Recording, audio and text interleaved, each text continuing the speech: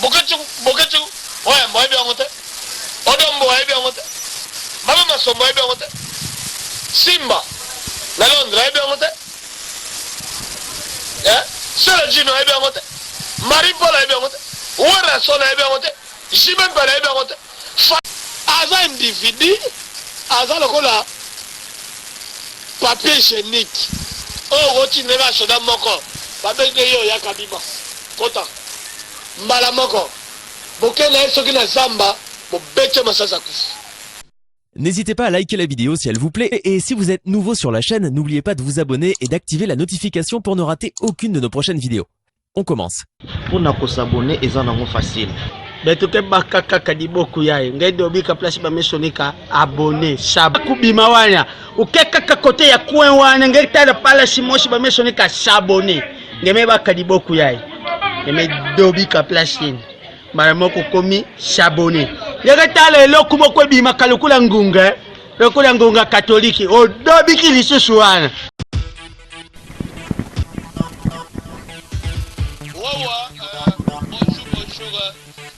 Et bon dimanche.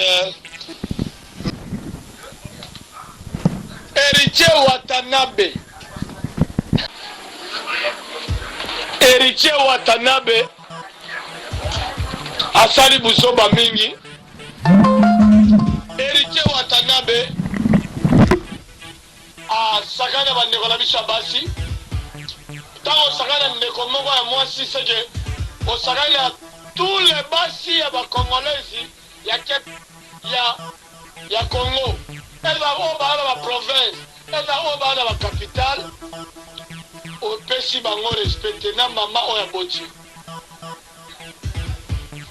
ya diki wenge ibishi mambo Joel Kombe Boketu Wayambo commandant eso Héritier Watanabe. Il est suspendu partout dans le monde et partout en Afrique. Héritier Watanabe. Pourtant, Obika Azana Sida Moko Makasi. Héritier. Sida ou héritier Azanango. Papa. Soba pêche à côté de Golanga, moi, c'est Boya. Sida le bana kala na maison mère pour mon accueillir tellement aïe ma première fois papa aïe ma simbisa touche ma pesa moi c'est oazana sida oazana bokono bino bombo ba congolais bon moi na héritier ngote ndenge asalaka. Soit des gens qui sont à Mbongo. Tu as vu que tu as à Mbongo. Tu as vu que tu as famille bien, tu as bien. Maman tu as vu que tu as ndako. On a pédiqué, on a mounene. On a mounene. Tu as vu que tu as côté. Mais comment on a vu que pas maman est encore à la mission. N'est-ce pas? On met ton délit. Héritier Watanabe à la sida. Est-ce que vous avez honte de ma Congolais? Vous avez honte de ma Congolais? Vous avez honte de ma Saïrois? Boketu, ouais, moi bien honte. Odombo, ouais, bien honte. Mama Masomo, ouais, bien honte. Simba, na Londres, ouais, bien honte. Sera Gino, ouais, bien honte. Marie Paul, ouais, bien honte. Wara Sona, ouais, bien honte. Jimem Bala, ouais, bien honte. Fallait, ouais, bien honte. Kofi Olomide, quoi d'accord, ouais, bien honte. Bayebi ke mwana wana azwa da sida pe sida za nango eza ya munene ba sida mseza ka mkie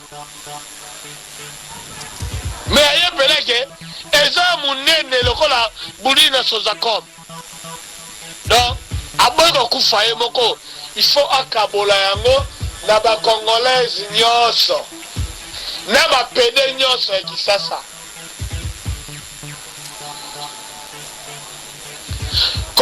Kokanga Héritier Watanabe et pas la mesa na mona mesa lâche eza mabe.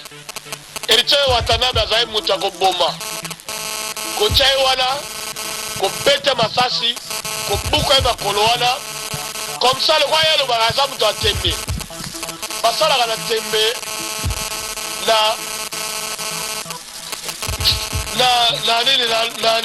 na gouvernement te to basalaka tembe na miboko te azali moto akoboma basali erreur grave oyo général maili azoregrete tinga ndenge na oloba bona aoregrete yango mponga so naza na kisasa lokola bakanyama oyo bagénéral oyo mosusu oyo ya la polise nabosani nkombo na ye ngai naoki okanga risele ndako te naperdre temps naza koperdre temps mpona oki okanga héritier watanabe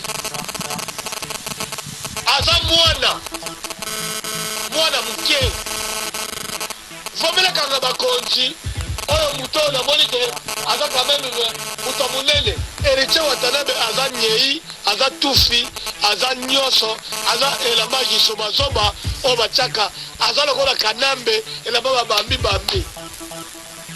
boke mpe colonel so général obimisi mpe bajipi bakiokanga héritier mais bobebisi pétrole ya l'état ya Tshisekedi te ya kanambe te ya Chaneti te bobebisi pétrole ya peuple congolais mbongo wana fa botonga nango ta banzela héritier aza moto akiokangela ba cortège te aza individu aza lokola papier hygiénique oyo otindela na soda moko babenge ye oyaka bima kota mbala moko bokende ye soki na zamba bobete masasa kufi mwasi oyo asakani na ye wana aza kutu mwasi ya niveau na ye te aza na famille na ye aza mwasi ya niveau na ye te estce na ndenge mpena boomona héritier estce héritier aza kolinga mwasi ya ndenge wana mwasi aza na capacité na héritier pwani po atelemaka liboso ayembaka na micro die nga na leli jarenekola yango wana tobokama ma Range Rover tobokama bilamba ngwanzo oke na kosomba tobokama ndako ya avanda miziki nini asalango héritier leki jibe pere la musique na nsima jibe na liboso ya jibe ezala okale carré papa binada héritier leki leka mopao moto aza na mbongo ebele moto aza na baimmeuble moto aza na bavoiture soki nakoloba ata 200 voiture abosolaka na eloko lia kobimela ko lobi quadra cora kofi olomi de papa mopao héritier aleki vie na ye ata ayeba français te wera po ayeba ale français te na ndeko ne ya maboko ekata na fe patrice héritier aleki bango papa botika kokumisa bato mosusu héritier watanabe il est suspendu partout dans le monde soki vraiment aza héritier watanabe ya solo soki vraiment aza héritier watanabe ya solo oyo aza na sida ya liboki oyo azolinga kabola yango epa bato nazobangela kutu mwana nga mwasi nazobangela bajournaliste ya basi na Congo po bamone oyo abimisaka mbongo waleti magique naobanga bango po héritier aza na sida moko sida wana amelaka bakisi sida ya makasi ewumela esala mpena buldinge lokola sozakon azolinga sikoyo kokufa ye moko te akufa na bacongolaise mais il est suspendu partout dans le monde. Ingeta, c'est l'honorable général malila napesi mbote pa ya Boketi Wayambo, Yannick Kiwenge, le grand journaliste, Joël Tembo, le grand journaliste na Kisasa, Bibi Shimombo Plasma na kati ya Jobour, le grand journaliste Nicaragua, Boketi Wayambo, commandant Eso, Odombo, Judith Lumba, Nicole Malila, Bébé Malila, Pipo Malila, Yvette Malila, Léa Malila, na pesi bino nyonso mbote. Héritier Watanabe, qui dit général, qui dit le général Malila Makende. Qui dit le général Malila Makende, qui dit le général Malila honorable Roger Malila. Héritier Watanabe, il est suspendu partout dans le monde. Ingeta, Ezalaki Abino, honorable général Malila, en Afrique du Sud, précisément à Cape Town. Héritier Watanabe, il est suspendu partout dans le monde. Ingeta, Ezalaki Abino, honorable général Malila, en Afrique du Sud, précisément à Cape Town.